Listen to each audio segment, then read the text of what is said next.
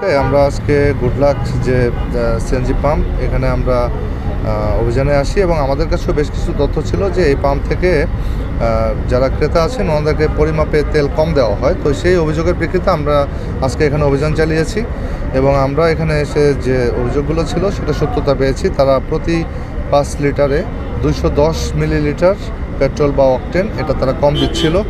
এই যে কম দেওয়ার যে প্রমাণ এটা আমরা পেয়েছি এবং তাদেরকে ভোক্তা অধিকার আইন অনুযায়ী 50,000 টাকা জরিমানা করেছি এবং সতর্ক করেছি। তাদের আজকের এই অভিযানের পরে তাদেরকে সতর্ক করা হয়েছে এবং ইনস্ট্যান্ট তাদের যে যন্ত্রের যে কারচুপিটা তারা করছিল তাৎক্ষণিকভাবে তাদেরকে দিয়ে এটা আবার ঠিক করানো হয়েছে এবং যে মেজারমেন্টটা আছে 5 লিটার করে আমরা এটা নিশ্চিত করেছি যে এখন যে তেলটা গ্রাহক পাচ্ছেন এটা সঠিক মাপেই পাচ্ছেন এবং এই যন্ত্রটা কিন্তু ওনারা নিজেরাই ঠিক করতে পারেন এবং এটা একটা ভয়াবহ কারচুপি। 10 থেকে 15 সেকেন্ডের মধ্যেই তারা এই কারচুপির যে কাজটা এটা কিন্তু তারা অপারেট করতে পারে।